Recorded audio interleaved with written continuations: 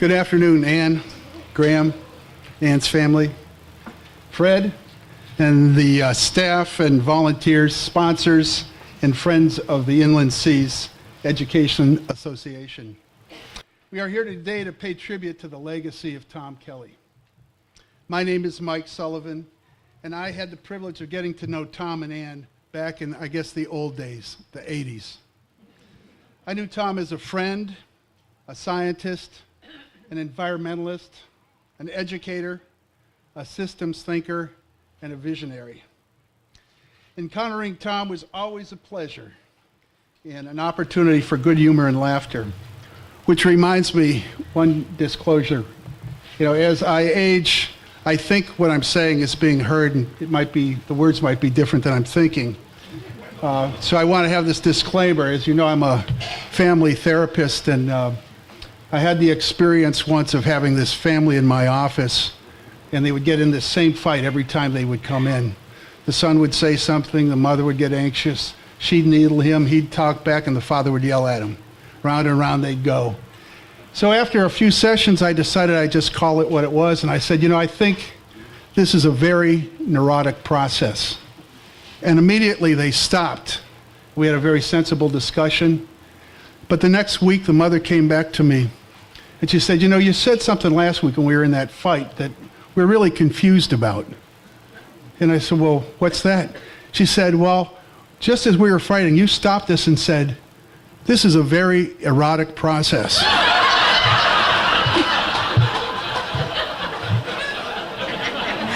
So, I know what I'm thinking. I don't know if you'll hear that. Well, I have an image of Tom. I think of Tom, his hand on the wheel, an Irish cable net sweater, a Donegal cap, a cup of coffee in his hand, and staring off into the distance, the noble captain. It's kind of a combination of an Old Spice, Irish Spring, and Nescafe commercial. As we stand here today, we're experiencing the miracle of how one man's ideas become a reality and touch so many lives. We're actually standing in an idea right now. How many of you can remember an exciting lecture in your science class? You probably got all A's too, didn't you? How many can remember your first voyage on the inland seas? That's what we're talking about. I know when I first had an experience on the inland seas, I came away with an appreciation for Bithotrephes, for the zebra mussel. And I never forget seeing zooplankton displayed on a television screen in great detail. I went to Catholic school, we had one microscope, and I thought it was floaters in my eyes all this time. So I'd like to take some time to reflect on the process by which Tom's ideas became a reality. And thinking about this, it parallels the concept from evolutionary biology of emergent properties. When two systems begin to interact, a new quality emerges. What were the influences that contributed to Tom Kelly's life and vision? He grew up in a family as the youngest of 3 children, the only boy, a favorable position within a family that valued scholarship, duty, and discipline, and an environment that fostered curiosity, and through travel exposed Tom to a variety of experiences. As an inspirational teacher, Mrs. Anderson, who through field trips provided Tom an appreciation for the benefits of experiential learning. At age 14, he discovered the joys of sailing on White Lake near Muskegon, and at the same time, it triggered an awareness of man's contribution to water pollution, a fascination with the English train system that promoted the development of observational and recording skills, the refinement of these abilities through graduate education at the University of Michigan, and the most important relationship with his wife, Ann, where he found support and encouragement, yet the challenge to put his ideas into action. The 8 months aboard Pete Seeger's ship Clearwater, the prototype for environmental education. And the fortunate arrival of the tall ship Malabar, the Grand Traverse Bay, which provided an opportunity to develop the initial schoolship program. If you have an opportunity, I would encourage you to go to YouTube and look at the videos of the early years of the Inland Seas program. You can see a young and enthusiastic Tom Kelly, the impressive salty dog Captain Roger Bottoms, and of course, that young and robust crewman, Fred Sitkins. As Tom's vision became recognized, support emerged for the construction of the Inland Seas schooner and the development of the Inland Seas Education Center. Who would have imagined that over 25 years, this simple idea would have touched more than 100,000 lives? I remember standing on board the Malabar with Tom talking about nature. He shared with me one day that as he stood on deck of the ship, he had the conscious awareness of all the systems that surrounded him. Beneath the surface of the water, on the surface, above the surface of the water, an awareness of the interplay of all the systems that surrounded him. Tom's way of thinking is truly his legacy. It is something that is transmitted to everyone who steps aboard that ship, visits the center, and is sustained by the vibrant network of people committed to carrying on this vision about our responsibility as stewards of the Sweetwater Seas.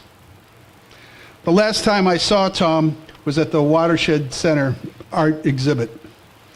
I believe he had just returned from Scotland. He was telling me with great delight about the music sessions in the pubs, and we talked about replicating that at some point. Unfortunately, this never occurred. So I thought I would conclude with singing a song that reminds me of Tom and invite you to sing along in the chorus. It's called The Gray Funnel Line.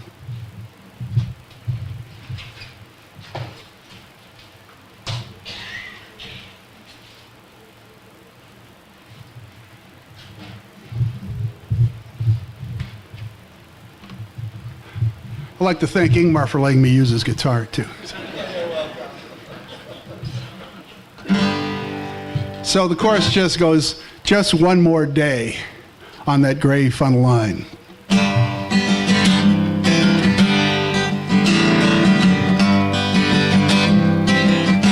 Don't mind the wind or the rolling sea, the weary nights never bothered me, but the hardest time in a sailor's day is to watch the sun as it sinks away. Just one more day on that gray funnel line. Oh Lord, if dreams were only real, I'd put my hands on that wooden wheel, and with all my heart I'd turn around and I'd tell the boys that we're homeward bound. Just one more day on that gray funnel line. Sometimes I stand behind the screws, and how I long to be in St. Peter's shoes, 'cause then I'd walk that silvery lane. I'd take my real love in my arms again,